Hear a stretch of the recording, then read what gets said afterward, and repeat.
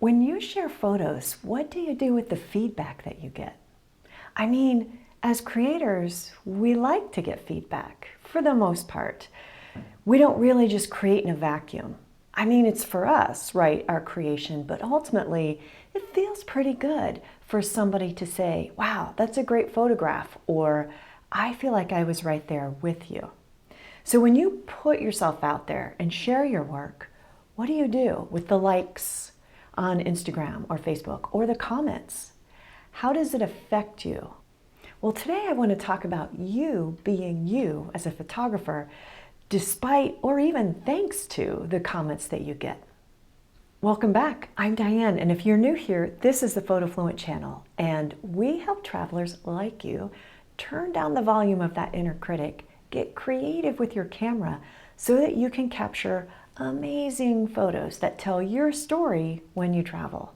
So part of being an artist is receiving feedback, right? I remember back in the day, some of the comments that I got when I just started sharing my photos. I mean, some of them were things like, I feel like I was there with you, and it made me feel so good.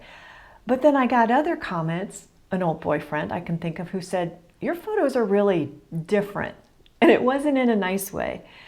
I remember coming back from a trip to Peru that we went on, and Mario, who ran the trip, said, your photos are so unique. You really see a different perspective than other people do. That also made me feel really good. And then I got a comment from my own mom who said, you must have a really good camera. So what do you do with all of that? I mean, I have to say one of the comments I got really helped me start thinking about photography more seriously. It was from my great aunt Ruth. I took pictures, believe it or not, of her daughter, my cousin's cat, Chloe. And they loved those photos so much and said they'd never seen photos that captured her personality like that. And Ruth said, you're so good at this, you should do it for a living. I mean, comments can do a lot, right? They can make you doubt yourself. They can confirm that I am kind of good at this, and everything in between. I mean, ultimately, we create for ourselves, right?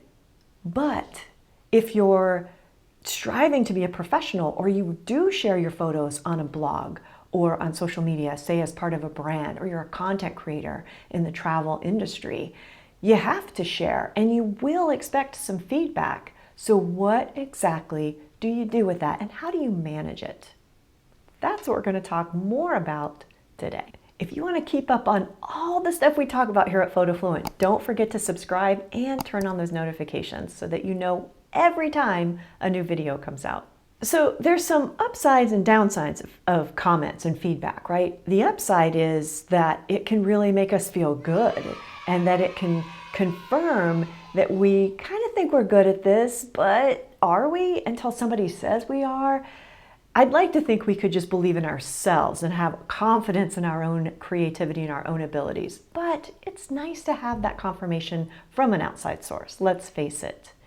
But then there are other times that feedback or comments can bring us down to a place where we doubt ourselves or push us into doing something that's not truly us.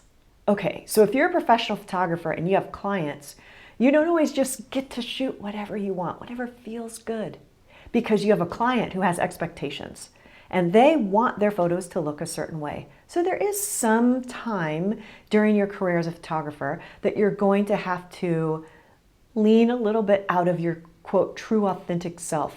And it might not be what you would have chosen to take or create exactly, but your client is paying you, so you kind of have to bend a little for them.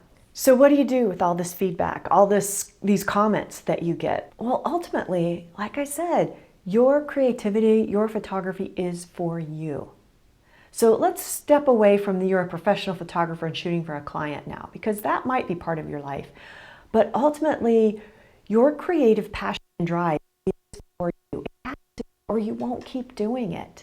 So find what brings you joy, what inspires you, and whether that's the type of photos you take or how you style them or the perspective that you take when you create photos, it has to be about what makes you feel good, what drives you as an artist. And if you think, I'm not sure what that is, don't worry, I do have another video on finding your unique voice as a photographer, and have some great kind of creativity exercises that can help you figure that out.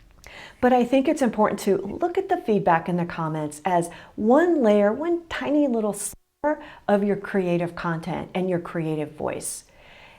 But if it's really starting to pull you down or make you feel bad, step away from it. You know, you can turn off comments in Instagram.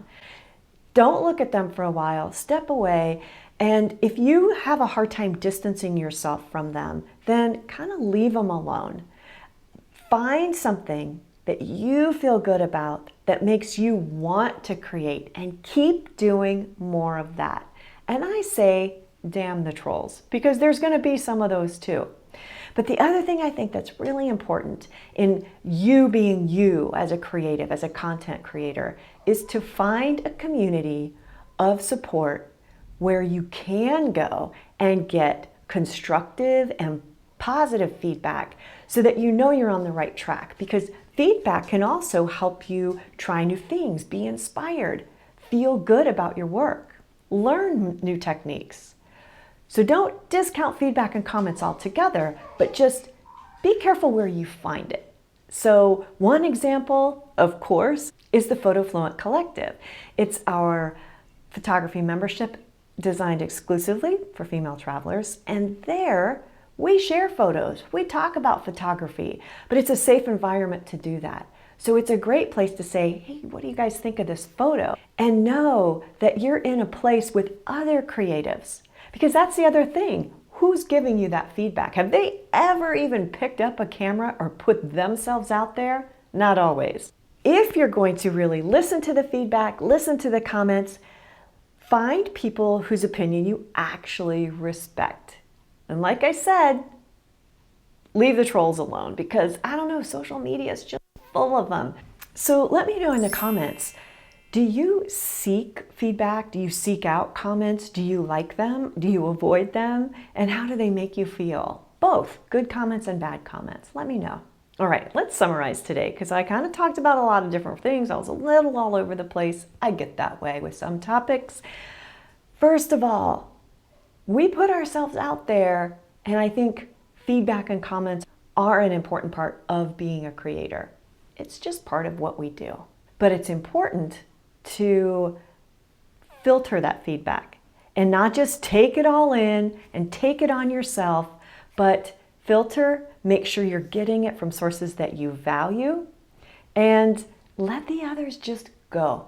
I know that's not always easy, but you know my methods: meditation, some journaling, find a group of supportive people, either online, in person, friends, community, the PhotoFluent Collective, where you can come together and talk about it and even share the trolls' comments. I've done that before, where it's like, you wouldn't believe what this guy said. It can make you feel a little bit better. But ultimately, you be you, create what feels good, inspires you, and that makes you want to share it with the world and inspire them. All right, check out this video on finding your creative voice with photography and get some more ideas how to do just what we talked about today. I'll see you in the next video.